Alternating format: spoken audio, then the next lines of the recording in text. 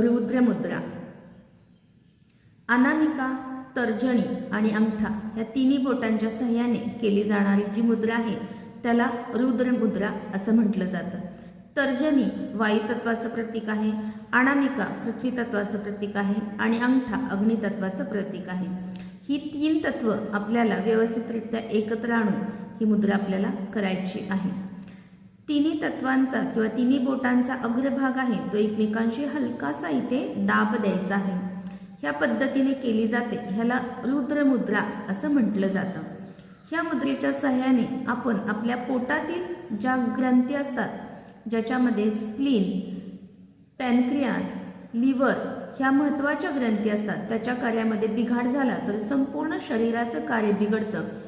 ह्या ग्रंथींचं कार्य व्यवस्थित राखण्याचं किंवा ह्या ग्रंथींचं कार्य सुरळीत करण्याचं महत्त्वाचा सहभाग ह्या मुद्रेमध्ये येतो. त्यानंतर खूप वेळा आपल्याला अशक्तपणा येतो किंवा सुस्त वाटत असतं. अशक्तपणा कमी करण्यासाठी ह्या मुद्रेचा तुम्ही अभ्यास केला तर निश्चित पद्धतीने शरीरामध्ये आलेला अशक्तपणा कमी व्हायला मदत होते. मेंदूला पुरेशी ऊर्जा ह्या मुद्रेच्या सहाय्याने मिळते. अशी ही सहज सोपी करता येणारी रुद्र मुद्रेचा अभ्यास करायचा आहे आणि निश्चित आरोग्याची प्राप्ती करून घ्यायची आहे. तुम्हाला माझा हा व्हिडिओ आवडला असल्यास लाईक, कमेंट आणि शेअर करायला विसरू नका. पुढील भागामध्ये तुम्हाला कोणत्या आजारावरती मुद्रा पाहिजे आहे हे सांगितल्यास आपण त्या पद्धतीने सुद्धा व्हिडिओ बनवू शकतो. तर प्लीज लाईक, कमेंट आणि शेअर करायला विसरू नका. धन्यवाद.